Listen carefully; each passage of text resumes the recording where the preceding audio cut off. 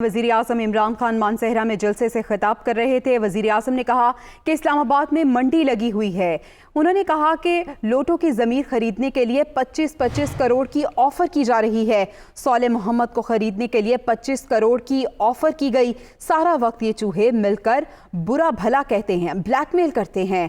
वज़ीर आज़म का कहना था कि 3 चूहे मिलकर मेरा शिकार करने आ रहे हैं। इन चूहों को हम मिलकर शिकस्त देंगे। अदम एतमाद की जंग का एक मकसद इमरान खान हमारे केसेस माफ़ कर दे। इनके करप्शन केसेस माफ़ करना मुल्क से गद्दारी होगी। शहबाज शरीफ वज़ीर आज़म बनने के ख्वाब देख रहे हैं। शहबाज शरीफ जहां बूट देखते हैं पॉलिश करना शुरू कर देते हैं। मजीद कहा कि शहबाज शरीफ चिकन संभाल कर रख लो, किसी और को देनी पड़ेगी।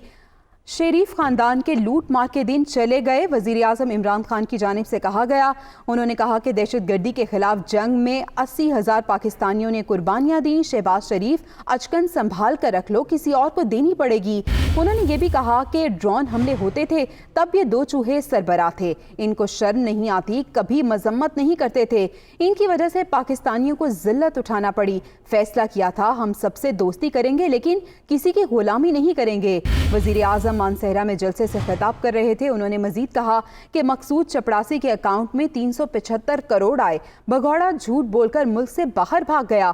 भगौड़े ने बेटी के नाम पर लंदन में महंगे फ्लैट खरीदे। पहले मुशर्रफ दौर में झूठ बोल कर गया, कोई मायदा नहीं किया। इस्लामोफोबिया की बात करते हुए उन्होंने कहा कि इस्लामोफोबिया के खिलाफ अक़वाम मुत्तहिदा में करारदाद मंजूर कराई। अल्लाह ताला ने मुझसे और मेरी हुकूमत से वो काम लिया जो किसी और हुकूमत से नहीं लिया गया।